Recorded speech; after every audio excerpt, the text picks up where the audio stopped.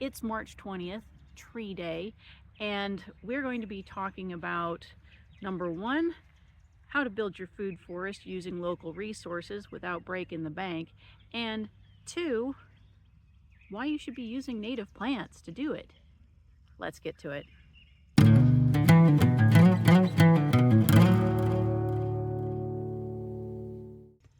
So yesterday I went to my local University of Tennessee Extension office. Now, if you're not local, those offices have an agricultural support section, and they tend to host things that help local people and local farmers with gardening and farming. So yesterday when I went, they were partnering with the Tennessee Environmental Council. And what the Tennessee Environmental Council does every year is it allows people who live here in Tennessee to reserve trees. And we reserve our trees online. They cost roughly $5 a piece, which is really, really inexpensive for a tree. And then you go and pick them up at your designated pickup location on March 19th, and then on today, March 20th, you plant your trees for Tree Day. Now, even if you don't live in Tennessee, this is just a really important example of using your local resources. Chances are where you're at, you have some kind of native plant society or a gardeners group or seed swaps or any number of things that allow you to use your local resources so that you don't have to break the bank to create a food forest or a permaculture garden. You can find these local places that both use native species and help it to be less expensive for people who are trying to get these things started. And it's good for the environment, it's good for your garden, it's good for your family, it's good for your property, it's good for the local wildlife and insects. So really, it's a win-win for everybody. Last year for Tree Day, I planted a tulip poplar, 2 native pecans, a witch hazel, and a native mulberry. And out of those, 4 out of 5 made it. Only one of my pecans didn't make it. So this year, I have a new set of plants.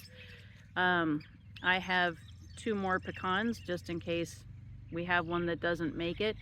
2 sumac that I purchased, and 2 red buds as well. With the pecans, last year we had a really hard July, and I had multiple plants that did not make it. Usually Tennessee, at least in my experience, only has a handful of days that get above 90 degrees, and last July, almost all of July was above 90 degrees Fahrenheit. That would be about 32 Celsius. And if you've ever experienced above 90 degrees at 90% to 100% humidity, it feels like 110. And plants don't really do well in those circumstances. So the fact that 4 out of 5 newly planted trees made it through that, I was really proud of. But I've got 2 more here just to hedge my bets to make sure that we have at least 2 for pollination purposes. The sumac I purchased 2 of, and these are a really important species. They do a lot. Now, this is not poison sumac. Don't use poison sumac. Use smooth sumac. You hear that? That's McFluff. Yeah, getting in every shot, even when he's not in the shot. All right, I also have 2 sumacs here. Not poison sumac, smooth sumac. You don't want to use poison sumac. Make sure you know the difference or you'll have a really bad rash. It's like poison oak. Anyway, smooth sumac is an important food source for birds in the winter because it has berries that persist through the winter on it. It's good at stabilizing soil. It's a pioneer species, and it's also a host for moth larvae, including the Luna moth. And if you've been watching this channel for any time, you know that last year we had Luna moths in our sugar maple tree. So if I can support the Luna moths, you know I'm going to, right? And they actually had some extras of these, and they gave me 4 more for free, so we're gonna have to find a place for those. The red buds also are a really good soil stabilizer, and they're an important source of pollen really early in the season. These are one of the early blooming plants. Um, their flowers are edible, and some of the locals here like to make jelly from the flowers. We're really blessed here in Tennessee to have several edible flowers, um, red buds, wild violets, and dandelions, all of which you can make jelly out of. So that's a really fortunate thing. I'll probably mostly leave this for the wildlife, but every now and then I might make a jelly from the flowers. So these are the trees that I've purchased for this season. And you can see these have both benefits for me and my family, whether we're supporting wildlife or getting pecans in another 10 years. This was a very easy way for us to add to the food forest without breaking the bank. Most of what you've seen so far on this channel, if you've been following along, is me talking about this portion of the food forest where I've planted out under my fruit trees. But I've also got other parts of the property that I eventually want to incorporate into the food forest. I basically want to make this whole place productive and also a great place for wildlife and people. The lawn is going to slowly disappear here, and I'll probably only leave a portion of it for maybe future grandkids. But really, we have a whole property line that with a tree line that I'm about to show you, and also in the back we have a forest, and I'm just going to plant just in front of that forest on the south side to kind of increase the span of the food forest but still incorporate it into the natural environment here. So I don't show you this angle of the property very much, but as you can see, there's a really extensive tree line, probably almost 100 yards coming through here. And this is already acting a little bit as a wildlife sanctuary on the property, but I want to flesh it out more. There's some things that need to be cut back. To give you an example, you can see over here, this is snapped right back in there. So we're going to clear this out, for example, and plant new things here. We have a lot of autumn olive in here, and it's not a native plant, and it does not hold up well. So you can see over here, this right here that looks like a great big bush is also another autumn olive that has snapped and fallen over and then rooted in the ground. And part of what I would like to do on this line is make it a food forest all the way back up to over there, because over there is the food forest that I'm showing you all the time on this video, on this channel. And you can see there's a lot of brambliness going on in here. It's a little bit overgrown with some invasive honeysuckle, and again, the autumn olive that's not native. Here's McFluff getting the shot as usual. Hey, buddy.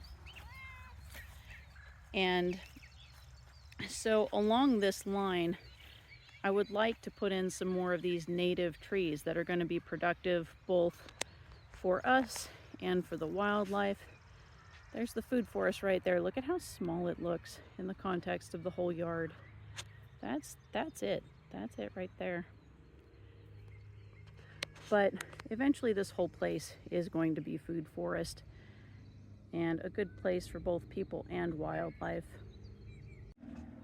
So along this part of the tree line here, we've got kind of a break in the line, and I'm thinking that's going to be a nice sunny spot. Right now it's morning and the sun is coming in from the east. You can see the way the shadows are falling. And here in this little pot, I have an apple that I've grown from seed. last year I opened up a pink lady and it had 10 seeds inside that were sprouting. And so I've been referring to it as 10 ladies. This one survived last year's heat and the winter, and so I'm thinking I'm going to make a little guild here on the tree line. And I want to do it with the apple I grew from seed, maybe a red bud and a sumac that I got from the Tennessee Environmental Council, but I also over here, marked with a post, it's a little bit difficult to see, have an elderberry. And elderberries are native here to Tennessee as well. So I think I'm going to create a guild using those plants. So we'll have the elderberry, redbud, sumac, and an apple. Apples are really problematic here, but this one that I've planted from seed has done really well so far, and pink ladies are supposed to do well here, supposedly, just in the information I've received from other gardeners. Sometimes it's difficult to know though, because other gardeners are using sprays and pesticides and I am not. So I am trying to find trees that are hardy to this area and resistant to things like cedar apple rust, which just absolutely wreck apple trees. And this little guy is a mix between a pink lady and something else, and we're gonna see how it does. So these little guys came wrapped in moist paper towels. They are bare root, so we have to get these in the ground pronto, which is why we're going to try to plant all of them today, if possible. Alright, so here's how this guild ended up. We've got the apple tree here, right in there. Swinging around, we have an elderberry here. That was here from last year. And then right there, I've marked all of these with mulch. I've got the redbud, which is currently just a stick. I was going to put a sumac in here, but I think I might already have one. This right here, I think, is a sumac. And beneath it, we've got some wild raspberries coming in. Look at those. So I think with the sumac and the raspberries, I'm just gonna stop there and let that be the guild for now. I probably won't do much work on this year, except to make sure that those trees survive. And then at a later date, I'll probably flesh this out with some other annuals or wildflowers. As a side note on the raspberries, if you learn to identify your native plants and you have an area that you're not mowing, nature's going to give you free plants. Those native raspberries were planted by birds. So just consider that also when you're trying to build a food forest that isn't going to break the bank, right? Nature is generous. Nature will provide food to an area you just leave alone. I'm not showing it every time on camera, but each one of these is getting watered in, which means that every time I plant one of these, it's getting about a half a gallon of water, because in nature, trees don't pick up and walk somewhere else and plant themselves in a different spot. And the roots of this plant don't know where to find the water yet. So it's important when you're transplanting plants, give them water. So as you can see from the guild with the apple, the sumac, the elderberry, the raspberries, and the redbud, it's not hard to grow food that benefits both people and nature at the same time. Of all of those trees, all of them are flowering. 4 of them produce fruit, 3 of which is good for people. One of them produces edible flowers for people and is important to pollinators. So they support the local bird and pollinator populations, while at the same time provide food for people, shelter for animals. It all works together.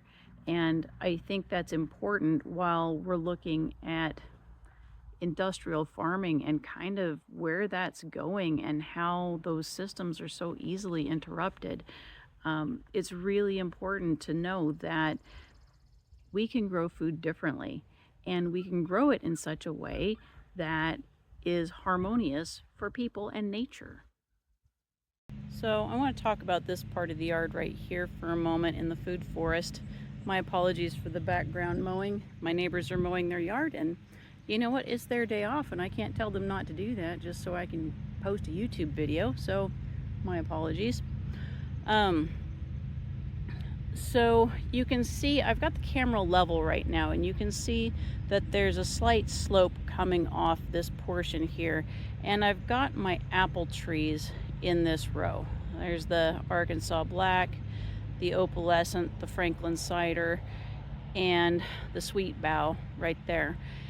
So I'm thinking, since sumac is good for helping to stabilize slopes and it also thrives in poor soil, and these areas back in here have the poorest soil in my yard, that maybe I'm going to stagger some in between a few of the apples just to help with that erosion factor of stabilizing the soil.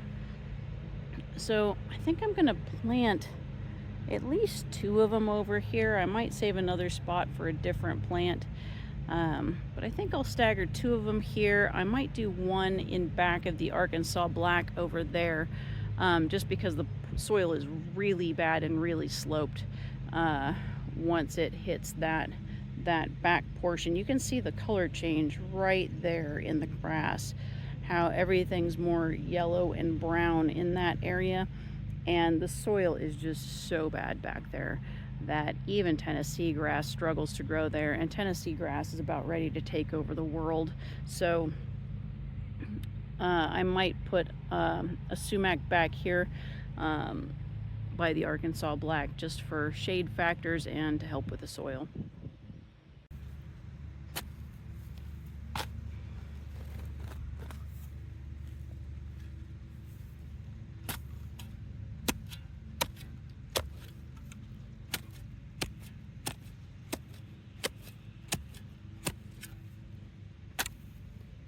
You can really see here how hard it is to drive a shovel into this, and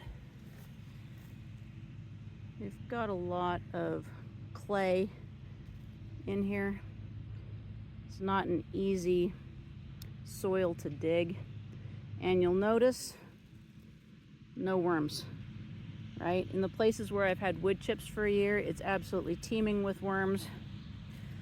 This stuff does not have any. There is no soil life here. So we're going to mulch this after we get done and build this soil up so we can have a nice food forest.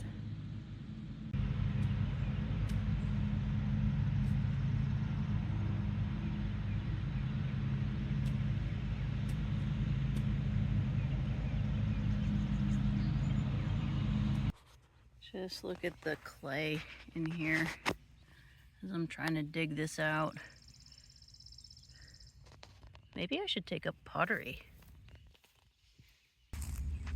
All right, there it is.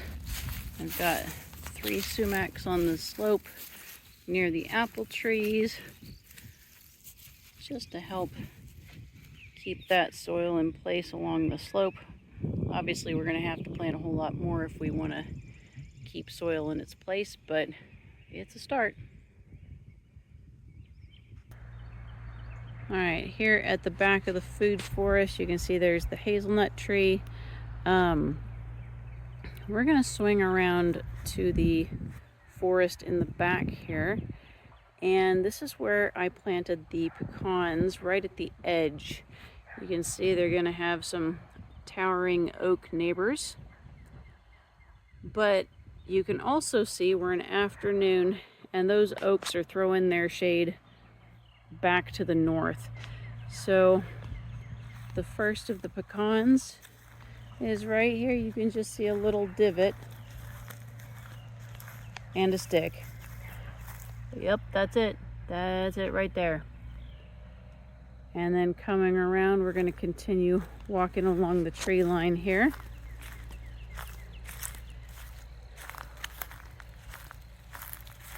And this one I did a little bit further out.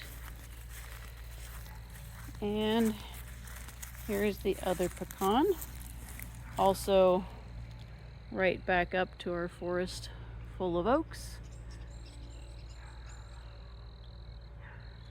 And so these little trees are going to take 7 to 10 years before we might get a pecan off of them. And that's all right, because we plan to be here. In the meantime, I'm just going to have to mulch these little guys. So, for $30 spent on 6 $5 trees, I was able to help stabilize a slope for some apple trees. I was able to create a guild that supports both wildlife and people at the same time. And I was able to plant some slow growing pecan trees that 10 years in the future will be providing for me and my family, and probably the local squirrels, both shelter and food. And that was for the cost of $30, not to mention the free seeds I got from the apple and the free seeds that Mother Nature provided with the raspberries. So if you want to grow your own food and you want to do it in a natural way, using permaculture and using food forests, you can do that. And there's really a lot of resources out there, not just the ones I've mentioned so far. I mean, there are university programs, native plant societies, gardening clubs, right? There are all sorts of places out there, seed swaps, seed libraries, that you can go to that can provide free or cheap resources for anyone who's trying to grow their own food. So don't break your bank and start growing. I'll see you next time.